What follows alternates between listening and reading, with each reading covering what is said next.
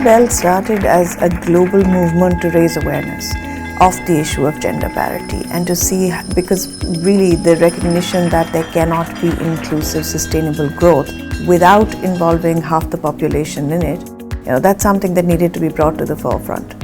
And this event started with 30 stock exchanges around the world. It's now grown. The movement now, there are about 90 stock exchanges that are part of this global movement. Sri Lanka joined the Ring the Bell in 2016, and we were lucky we found the stock exchange and the Sri Lanka Institute of Directors to be very willing partners in this. In 2016, when IFC contacted SLID, I was a chairperson, and at that time gender talk was not that common in Sri Lanka. So it was a good initiative. Even I never imagined that it was going to take off so much and be kind of a catalyst to talking about gender empowerment. Just at that time, IFC and SLID had a MOU already in place, because SLID was doing some board leadership training programs where we took the material that was already developed by IFC. By the programs that SLID is doing, it's trying to empower women, and it is also trying to mentor them.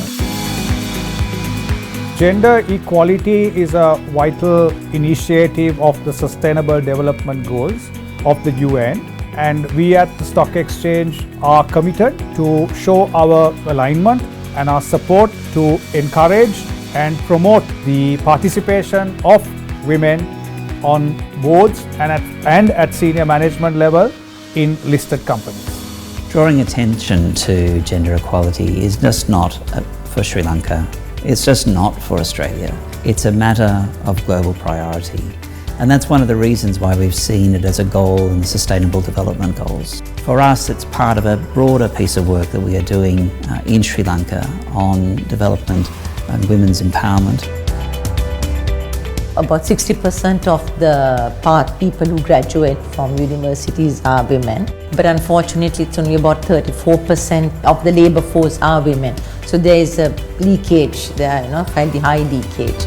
We've had about 15 board leadership training programs, and over about 700 people have been trained, of which I think about 20% are female. And so that has really helped to bring this pipeline up. At this juncture, we are probably around 9%, and we hope that that will keep growing.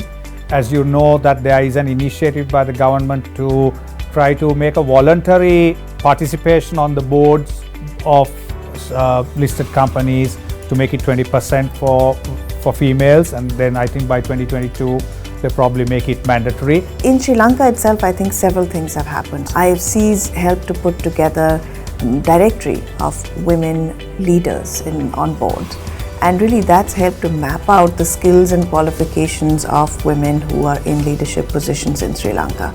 And we also ran a study to see how better diversified boards, or boards with more gender parity, or the companies perform with regard to companies that have significantly less representation of women on their boards.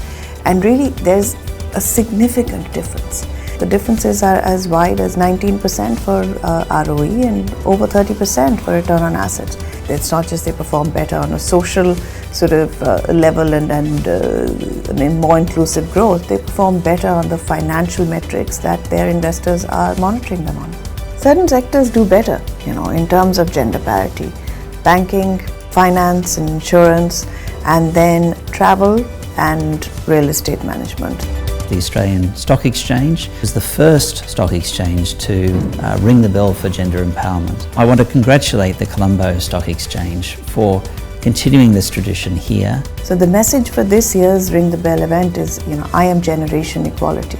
And that's the entire purpose, is to say we need to reach that goal of gender parity, and not take another few generations to reach it, but do it now. So this year's hashtag is Each for Equal, and that's really the message for the Ring the Bell event this year.